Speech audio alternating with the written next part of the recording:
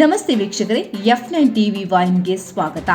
KPTCL ನಿರ್ಲಕ್ಷ್ಯದಿಂದ ಸಂಭವಿಸಿದ ಅಪಘಾತದಲ್ಲಿ ಕಬ್ಬು ತುಂಬಿದ್ದ ಟ್ರ್ಯಾಕ್ಟರ್ಗೆ ಹೈಟೆನ್ಷನ್ ವಿದ್ಯುತ್ ತಂತಿ ತಗುಲಿ ಬೆಂಕಿ ಕಾಣಿಸಿಕೊಂಡ ಘಟನೆ ಹುಕ್ಕೇರಿ ತಾಲೂಕಿನಲ್ಲಿ ನಡೆದಿದೆ.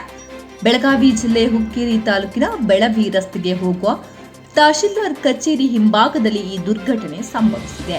ಬೆಳವಿ ಗ್ರಾಮದಿಂದ ಸಂಗೇಶ್ವರ ಹಿರಶುಗರ್ ಕಾರ್ಖಾನೆಗೆ ಕಬ್ಬು ಸಾಗಿಸುತ್ತಿದ್ದ ಟ್ರ್ಯಾಕ್ಟರ್ಗೆ ಕೆಪಿಟಿಸಿಎಲ್ ಹೈಟೆನ್ಷನ್ ವೈರ್ ತಗುಲಿ ಟ್ರ್ಯಾಕ್ಟರ್ನಲ್ಲಿದ್ದ ಓರ್ವ ವ್ಯಕ್ತಿ ವಿದ್ಯುತ್ ಶಾಕ್ ತಗುಲಿ ಗಂಭೀರ ಸ್ಥಿತಿಯಲ್ಲಿ ಗಾಯಗೊಂಡಿದ್ದಾರೆ.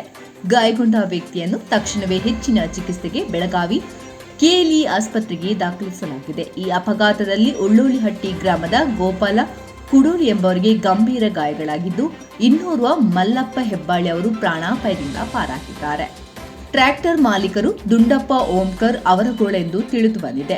ಹುಕ್ಕೇರಿ ಸಮೀಪದ ಲೇಔಟ್ ಬಳಿ ಹೈಟೆನ್ಷನ್ ಲೈನ್ ತಗುಲಿದ ಪರಿಣಾಮ ಕಬ್ಬು ಸಂಪೂರ್ಣವಾಗಿ ಸುಟ್ಟು ಕರಕಲಾಗಿದ್ದು, ಸ್ಥಳದಲ್ಲಿ ಆತಂಕದ ವಾತಾವರಣ ನಿರ್ಮಾಣವಾಯಿತು.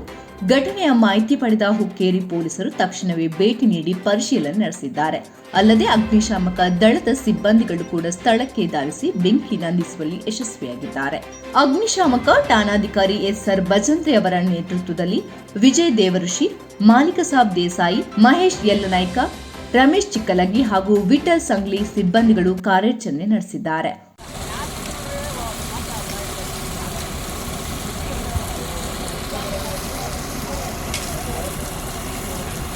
ವರದಿ ಬ್ರಹ್ಮಾನಂದ ಪತ್ತಾರ.